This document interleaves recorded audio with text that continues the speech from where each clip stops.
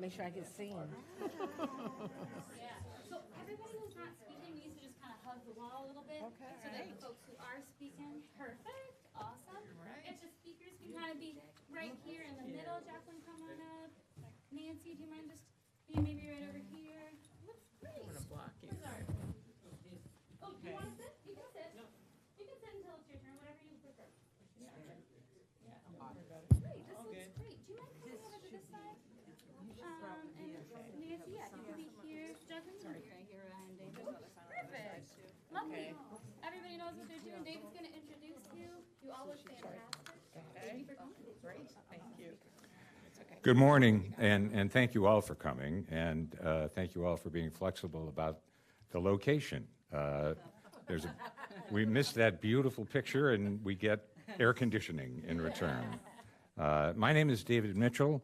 I'm a cancer patient, and I'm founder of Patients for Affordable Drugs Now. We're here today to launch a push to pass bipartisan legislation to increase competition and market forces in order to lower the prices of prescription drugs. The bills we support include patent reforms and changes to FDA powers that will help speed lower-priced generics and biosimilars to market.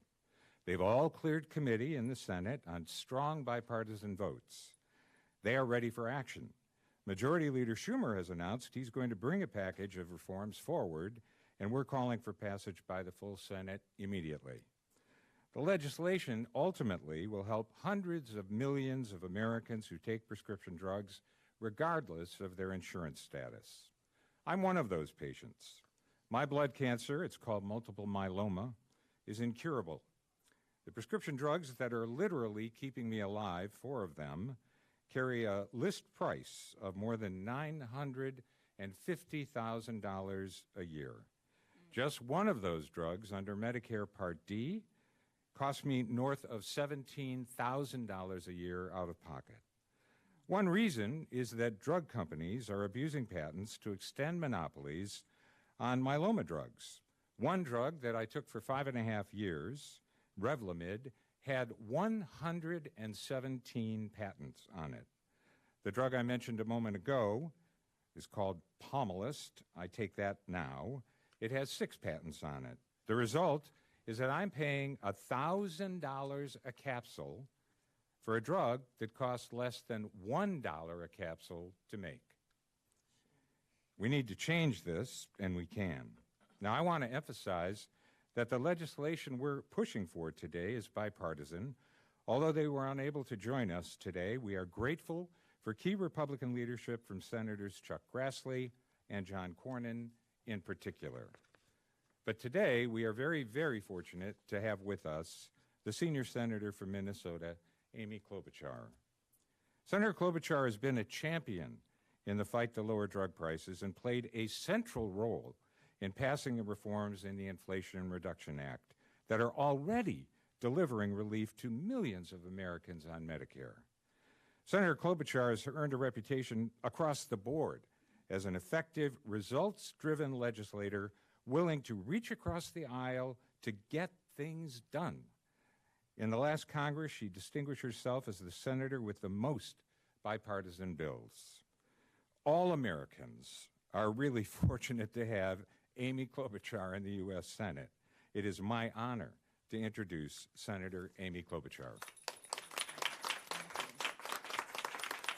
Well, thank you so much, David, and thank you for sharing your story, and thank you to Patients for Affordable Drugs Now, also to Nancy Lamond from AARP, Arthur Blair from Spaces in Actions, and Jacqueline Garibay, who is here to share her story. We all have huge stories, and there's a lot of stories out there. And I remember once taking to the Senate floor and telling story after story after story that were like David's, of capsules that cost $1 and drugs that cost $1,000, of drugs that were affordable and then suddenly shut up because there was a monopoly because one drug company bought the other, of insulin that used to be affordable that thanks to the Inflation Reduction Act, at least is for our seniors now, and there's so much more we have to do for everyone else. And first of all, I celebrate the successes we've had, which is finally, after years, passing a version of the bill that I have pushed for to allow for negotiation for prices. I don't know, thank you, one person in the back. I don't know why I was somewhat surprised when the pharmaceutical companies started their lawsuits, even though the bill actually was only focused on certain drugs, and I think we should do a lot more. But they are continuing to fight that in court, and ultimately we will win. Secondly, we passed the bill, as you know, capping the price seniors pay for insulin at $35, with out-of-pocket spending under Medicare Part D at $2,000 per year starting in 2025. So those are the two successes that are really, really big deals. And so my answer is not to just go have a party, especially when they're suing. That's hard to do. But instead to talk about what we need to do now, in addition to duking it out in court. That is exactly what David was talking about. The pharma companies continue to exploit loopholes that make it possible to block or delay generic forms of treatment, which are typically, as you all know, sold at reduced prices from entering the market. They're stopping them from doing it. They're stopping them from driving the prices down. As reported by the New York Times, the company that makes Humira, AbbVie, used many tactics to make it more difficult, costly, and time-consuming to introduce a competitor.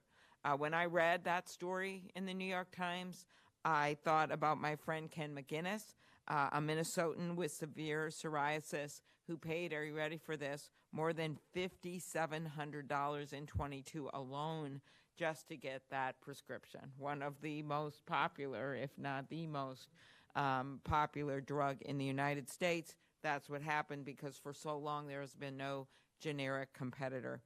That's why Senator Grassley and I led these two bipartisan bills to preserve the competition, or I would say to promote it and to lower costs. So the first gets at that pay-for-delay problem. And you know there was a big court case about this. Some positive changes were made, but it still remains a problem. And this bill, by the way, is called the Preserve Access to Affordable Generics and Biosimilars Act, something that just flips off the tip of your tongue, I know. But what it does is that it limits anti-competitive pay-for-delay deals between drug companies that prevent or delay the introduction of lower-cost generic version of branded pharmaceuticals. So this one always shocks people that this goes on. What happens is the pharmaceutical company with the branded drug that's out there actually pays off a competitor. Sound like a competition legal problem? It is. Pays off a competitor, a generic competitor, to keep their drug off the market. They literally pay them money to do it. I guess it benefits both of them, but it certainly doesn't benefit the consumer. So that's the bill that Senator Grassley and I have been pushing, and we are really excited that it once again got through the Judiciary Committee. And Senator Grassley and I also introduced the Stop Stalling Act. That's a little more easy to remember, which makes it harder for pharma companies to get away with filing sham petitions with the FDA in order to slow the FDA's approval of cheaper generics or competitors. So these are sham petitions. They're not real, and they do it to slow down what's happening. These games, and they're games for big money. They're not just games for fun. They're games for big money. They raise costs for all of us, and it is time to end them. Combined, these bills would save the taxpayers over $800 million, but the benefits to our health care consumers and to people like David and to people like Ken that I mentioned from Minnesota would be much greater. As I noted, both of these bills passed out of the Senate Judiciary Committee with overwhelming bipartisan support. By the way, the reason we're 15 minutes late to this press conference is because we had a bill that did pass, but we fought it out and duked it out for a really long time. Not so with these bills that passed with strong bipartisan support. And so we are really excited about that advancement. When we started doing this, they were bipartisan, but didn't have the kind of buy-in that I believe we have now. Pharma companies, we all know this, they want to halt our progress. All you have to look at is the gazillions of lawyers that are on those lawsuits or the ads that you saw run in Washington, D.C. before these bills come up, whether they are bipartisan bills, whether they are the Inflation Reduction Act. Every single time they flood the airwaves, particularly in Washington, with money, because the people that are watching them are staffs, are reporters, and are, of course, the members themselves. And they know exactly what they're doing when you walk into the DCA airport or Dulles and you see these big ads and stuff. It is a group of just over 400 people they are targeting, and then they're targeting the people in the ecosystem that report on it, that work in it, and they want to show their strength and their money. That's exactly what this is. So what do we have to combat that? The people behind me. We've got the actual people who overwhelmingly believe that when America and our taxpayers invested so much money in the development of these drugs, that they shouldn't be paying the highest costs in the industrialized world, which is exactly what is going on right now, which we are combating with the insulin caps, which we're combating with the negotiation, which they're fighting every moment in court, and which we can do with these bills. So just to give you a sense, if you haven't heard enough to know that what I'm telling you is true, they have literally 3 lobbyists in 2022 for each member of Congress. So each member of Congress has their own 3 that follow. They don't talk to me very much, but that is that. So I guess my 3 go to somewhere else. But that is basically what we're talking about here. We know that. But despite all that, because the public is so overwhelmingly with us, we have been able to make progress, and that is an amazing thing. And the investment made by seniors and AARP and Patients for Affordable Drugs Now, the willingness they were to put themselves out there on this, the willingness that they have, because they have support on both sides of the aisle, to work with people on both sides of the aisle, has made a huge difference. And so I don't come to you now saying, oh, we never beat them, we never pass one thing. No, we actually have.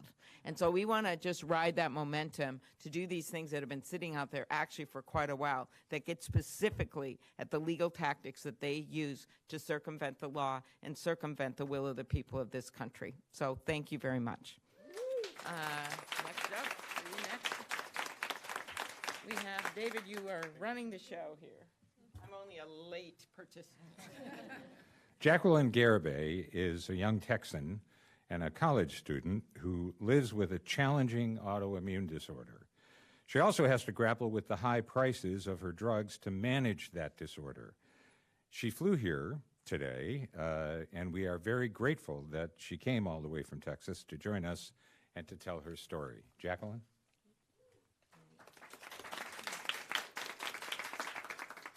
My name is Jacqueline Garibay. I'm 22 years old from Austin, Texas, and I'm a senior at George Washington University here in DC.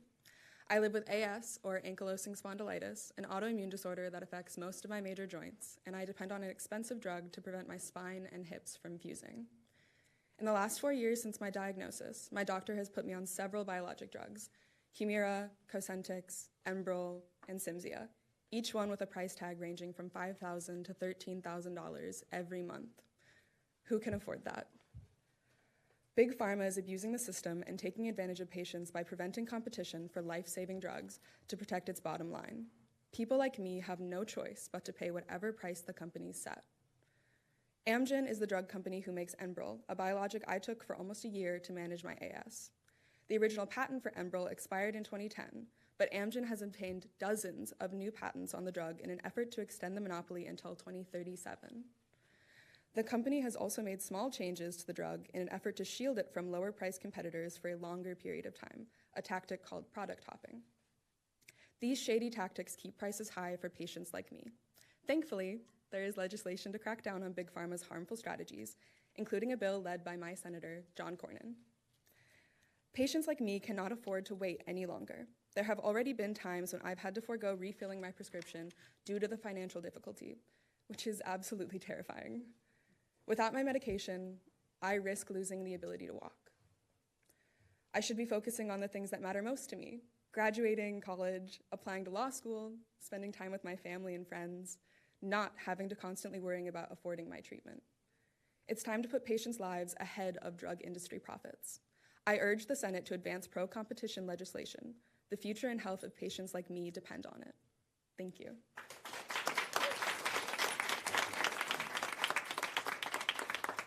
Thank you, Jacqueline. I can state unequivocally that we would not have passed the landmark reforms to lower drug prices in the Inflation Reduction Act without the smart leadership, hard work, and resources of AARP. That was in no small measure due to AARP's Chief Advocacy and Engagement Officer, Nancy Lamond.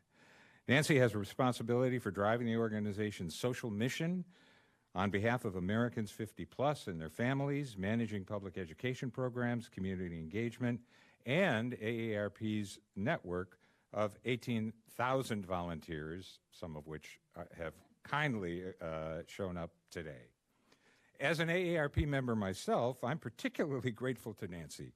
Millions of people on Medicare, like myself, are very fortunate to benefit from her skill and determination to help the people she serves. I am pleased to introduce Nancy Lamond.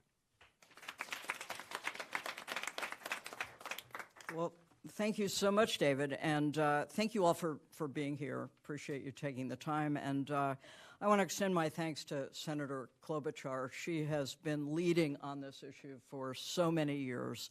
It is not an easy path, and it's generally been a pretty lonely path, but we are in her debt, all of us. And What do you mean? There's a lot of people with red shirts. yeah, well, and I also want to reiterate what David said. Thank Senators Grassley and Cornyn, who couldn't be here today, for their strong bipartisan leadership and commitment to lowering prescription drugs.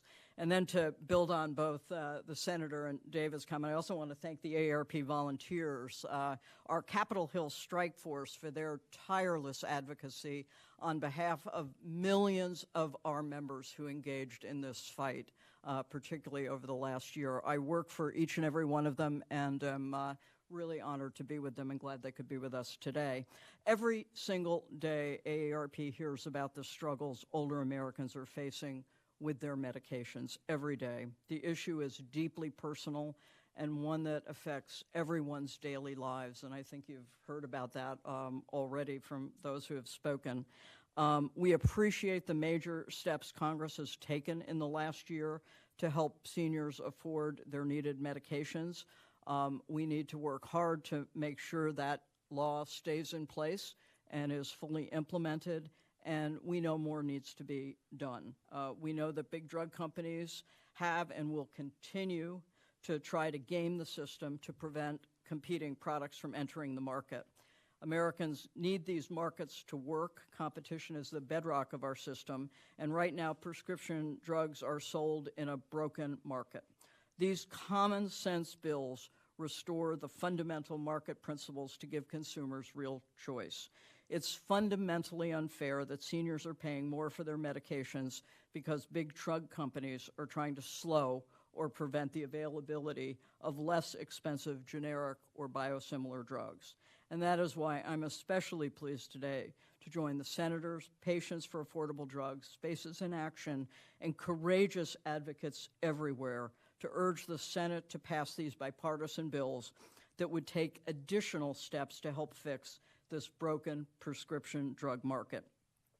We at AARP strongly support efforts that will promote greater price competition and expand consumer access to less expensive generic and biosimilar drugs. AARP has a long history of supporting efforts to limit anti-competitive pay-for-delay deals so that more generic and biosimilar drugs can get into the market and help consumers gain timely access to those important products. We also support the Senator's bill, the Stop Stalling Act, that would discourage brand-name drug companies from engaging in unscrupulous actions and seek to delay availability of lower-price competitors. AARP is pleased to support these strong bipartisan bills, and you can count on not only the people behind me, but millions more to convey that to members of Congress as we ask for swift action. Thank you all again for being here, and thanks for having me.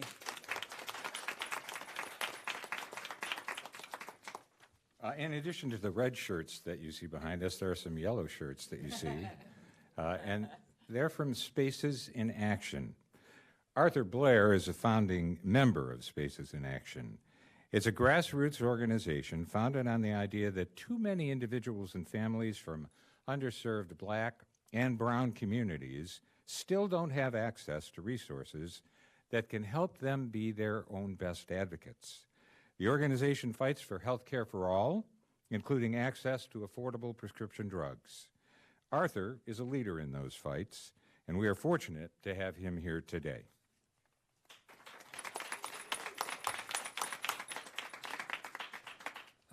Thank you. Of course, you know now I'm Arthur Blair.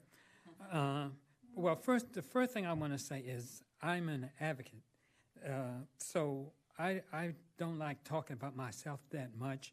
So that's not where my comfort level is when I'm advocating for other people. So bear with me on that. People should not have to live in fear of going bankrupt, the lack of ability to provide for their families, or becoming homeless if they get sick. People should not have to go without medication they need just because their elected officials aren't willing to challenge the drug lobby. Believe me, the public is fed up, and we have a right to be fed up. On a personal level, I have been on the side of the high cost of prescription drugs for a long time, because at the age when at my mid-50s, I'm a little bit older now, I experienced a disability overnight, and everything changed from one day to the next day. And what I experienced from that moment on, I can't give you every detail because I don't have enough time, but the first thing I experienced, no job, no Medicare within a month. After that, I experienced what it costs to be sick. And what caused to be sick is that you lose a lot. I had a home, I had a wife, and I had 2 children. I still got them somewhere. But but in any case, those things were split up because of the cost of drugs and Medicare. I'm also a proponent of Medicare for all. But first, I found out that I had to take at least 5 medications to survive. And believe me, but remember, I had no job. So therefore, I had no job, I had no money coming in. So I lost my home, I lost my car, and I lost my children for a while. So there are a lot of people like me out there doing that, going through that. But it took me 3.5 years to become available for a disability. And that's when I say I have experienced both sides.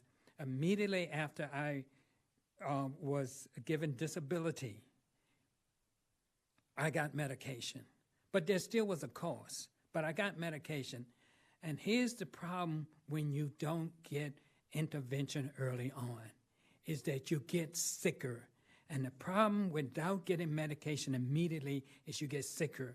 So some of the illness that I acquired didn't go away. They only can be treated with medication to this day. So that's the one reason we need medication for people who are not on Medicare, who are not on disability, because if they don't get medication, which they cannot afford, they will get sicker.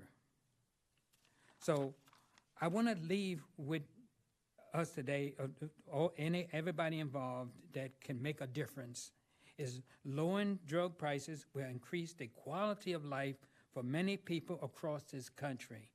We are urgently calling on the Senate to immediately advance and pass the bipartisan bill to lower drug prices. Then we need Medicare for all, by the way. Okay, thank you. Thank you, Arthur. I'm going to turn this back to the senator in case anyone has any questions. Right. Any questions? Are we all good? Okay, yeah, there.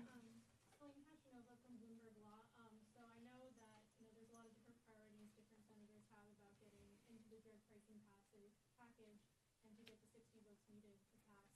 So you could give a sense of like how that's going and Sure. Sure. Well, I think you've heard the cap on insulin is being negotiated on a bipartisan basis. This is the one that goes beyond the seniors that kind of got left on the cutting room floor. And we even have some companies now that are coming forward and limiting insulin prices, and this would cement that. So that's the one that I think you've got a lot of attention. You also have the 3 bills that we mentioned here. That are really important, the pay for delay, the stop stalling bill, and the one reference that Senator Cornyn and Senator Blumenthal, I believe, have. And so those 3, am I forgetting another one of the competition bills? I think that's it. Any more, our staff, Ruth? There are 5 all total, but you mentioned the big 3. Okay. Do you want to just explain the other 2? The other 2 have more to do with PBM reporting, but I think they all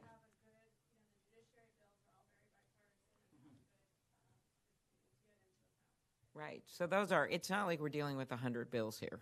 They're focused bills that I think those may have, did they come out of Commerce? Yeah. The PBM ones and then these 3.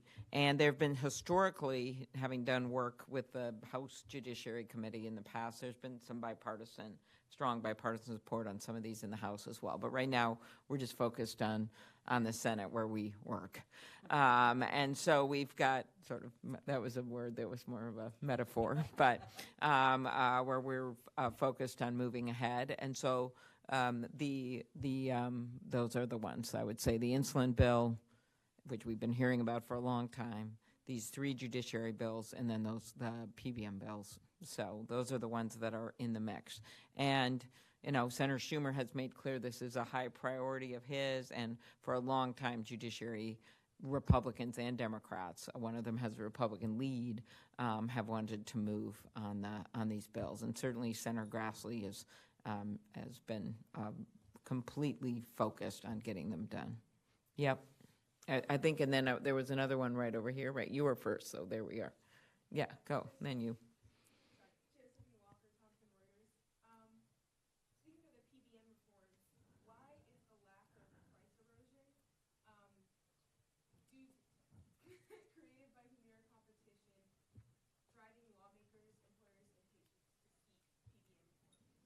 Well, I think this is a mix. Like, everyone knows that there are different angles of this problem, and one of them is people in the middle and what's happening with that and where the money's going. Basically, that old line, follow the money. But the other one that we don't want to lose sight of, which is huge and honestly, historically, the hardest nut to crack, is the pharmaceutical companies that are blocking the competition. If I had to look at the number one reason for the Humira prices and for some of these other blockbuster drug prices, it's that they have a lack of competition. They block competition. They pay off people, or they file sham petitions, or they engage in patent crazy games to try to block these competitors from coming in. And you can see it with the money. And David's story alone with the $1 capsule, or you look at what those insulin prices, or what happened with EpiPen, almost all these stories from the past or now are stories of when there's no competitor for whatever reason, and they find ways to keep out the competition so they can keep their prices high. All right, one last one. Mm-hmm.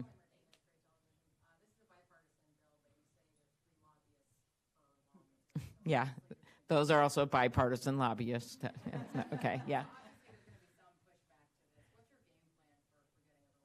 Mm-hmm. Well, it is making sure, and Senator Schumer, and maybe you want to add something, has been very clear on this, and I know the Republicans that I work with in this area are, that these got to be things that we have an agreement on. We're not going to be able to stop the whole Senate for 3 months and try to work forward with the Democratic-only bill. We get that, and then we also would have issues moving forward in the House. That isn't to say that we don't advance votes next year if we're unable to reach some kind of an agreement.